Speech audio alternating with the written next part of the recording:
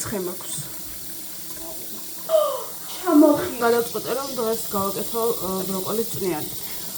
არ მინდა თავისუფლებას ჩავამართოთ. რასაც ეს წვნიანი მომზადდება საავტორო რეცეპტით და ავტორი ვიქნები მე. მარტო რომ დავიწყო ცხოვრება, სულ მეგონა რომ წვნიანის მომზადება შეიძლება მარტო დედებს და ბებიებს. რთული იქნებოდა ამის მომზადება, ასე მეგონა. და მართალიც ვიყავი. სანამ ცოტა არ გავიზარდე და არ მივხვდი რომ წვნიანი არის საუკეთესო კერძი დედამიწაზე. წვნიანი სულ მაგარია, ხო და? შემდეგ რაც მივხვდი რომ წვნიანის გაკეთება მეც შემეძლო და შეზღუდული არ ვიყავი იმის გამო რომ არ ვიყავი არც დედა და არც ბებია. აი ბებია ვარ ცოტა. რას ვამბობდი? ეს წვნიანი ახლა რასაც მე გავაკეთებ, ბროკოლის წვნიანი არ იქნება. ბროკოლის გარდა კიდე 5 ბოსტნეული აქვს ამას. ბროკოლის წვნიანი, იმიტომ რომ ბროკოლი არის ჩემი საყვარელი ბოსტნეული. ამიტომაც ამ წვნიანს დაერქვა ასე რა ქვია.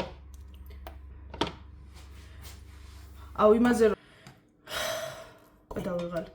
ამ კამერას მზე უყავს პირდაპირ თვალში და რა ვიცი აბა. თქვენ თუ გონიათ რომ ახლა ვიდეოს გადავიღებ და შევხედა მე კამერას და რო არ ვჩვანდე, გონიათ რომ არ დავკოსტა. აბა ბიჭო. ნახეთ რა ლამაზია. სულ მინდოდა რომ ის დამეგეგმა. ფოტოსესია დამეგეგმა ბოსტნეულის განყოფილებაში. იმიტომ რომ ხო და ფოტოსესია ოღონდ ახლა ისეთი კი არის. რო დადგები და სტაფილო რომ დევს და სტაფილოზე მიდევს თითი თუ არ ჩანს.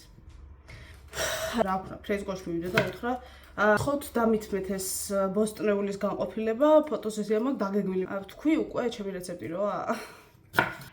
და მინდა გითხრათ რომ წინა ვიდეო რომ დავდე იმ ვიდეოში ვილაპარაკე 20 წუთი. ამ 20 წუთიდან მონტაჟის მერე შემორჩა 4 წუთი. იმდენი ვილაპარაკე, ჩემი ლაპარაკის მოსმენით დავიღალე. სადაც დავიღალე ზუსტად იქ გავჩერდი. ბებიას რო ვუთხარი სიცხე მაქვს მეთქი, წოლითი რეჟიმი დამინიშნა. ხო და მეთქი, ბებჩო. Say no more. წოლითი რეჟიმი არის ჩემი საყვარელი რეჟიმი. როცა სადაა მეორე და ხო და როცა სხვა მინიშნავს ამ წოლით რეჟიმს ისე მიხარია ჩემი საყვარელი მდგომარეობა, პოზიცია არის წოლა და ჯდომა. აი ხო არის ხოლმე რო ამბობენ ვერ ვიტან წოლითი რეჟიმი რომ მაქვსო, სხვა რომ იმსახურება არ მიწოს და ვაკეთებ იმას რის გაკეთებაც მინდა. რას გულისხმობთ ვერ ხვდები. ვიღაცა გემსახურებია. ეს არ მოგწონთ? რა არის დასაწუნი წოლით რეჟიმში? კაცო ძალიან ლამაზად დევს ეს სტაფილი. და გაჩვენოთ. მე ახლა რა დადებს ამ ტრაიპს. ასე გაჩვენოთ. ჩანს?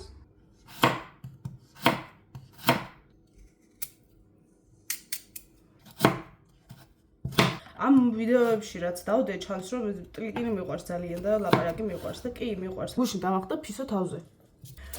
ხო და სანამ საერთოდ ვიდეოების გადაღებას დავიწყებდი, ყველა ტუტორიალს ვუყურე, საერთოდ ყველა აზრს მოვუსმინე. 10 მიზეზი თუ რატომ არ არის თქვენი არხი წარმატებული. უცხოელებს ვუსმინე, მოკლედ ყველას ვუსმინე. საბოლოოდ ყველაფერი გავაკეთე ისე, მაინც როგორც მე მინდოდა. საერთოდ თვალში კარგად ხდება უფრო, აი ძალიან მარტივი, ჩვეულებრივი სამბნეილი რა, ვიდეოს გარეკანია, რა თქმა უნდა, ფილოსოფიებია მაგაზე მოფიქრებული. რაღაც სიტყვა წითლით უნდა სიტყვა, ყვითლით უნდა დაწერო. მაგით არ უყურებ მისტერბის, მაგის დებილობებს რატო უყურებ?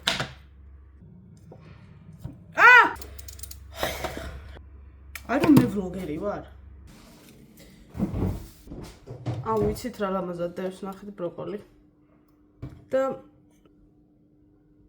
ჩემი შეყვარებული მეძახის ბალახი ჭამიას. ხო და რეცეპტების რეული მაქვს. სადაც ვიწერ რეცეპტებს. და მაგრამ თუ აქამდე ზოგადად ცხოვრებაში ვარ ძალიან არეული ადამიანი. ამ ვიდეოებსაც ხო ეტყობა რომ არეული ვარ ცოტა. ერთ ადგილი სადაც არ ვარ არეული, არის სამზარეულო.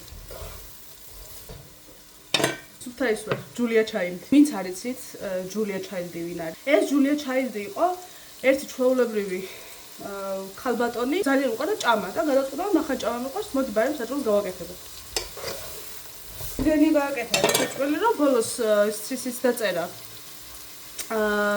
სამზარეულოს რეცეპტების წიგნით დაწერა და ძალიან ცნობილი გახდა. ხო და მაგ ჯულია ჩაილდი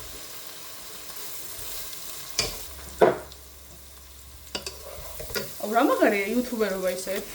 ალგორითმი უნდა მოგერგოს შენ რა, შენ მოერგები ალგორითმს. ანუ ცივი წყალი ჩავსხი და ცივია თორე. ძლიერს ვდგავარ ფეხზე, მაგრამ რა ვქნა. ხო და? აუ მაგრამ ცხელა. მოვუყდი შიმშილი თამასობაში. ანუ აი ძალიან მინდა. ოპა, ჩვენი წვრიანი დუხს.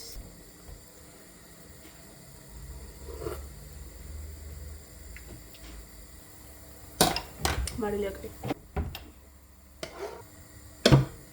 კარტოფილი ნახეთ როგორ დავჭერიო. კაი ამახტომე დავჭრე ახლა ისე და იმასაც ჩავყრე და განსხვავებული სუპი მექნება. ახლა ეს ყველაფერი დაგული რო იყოს.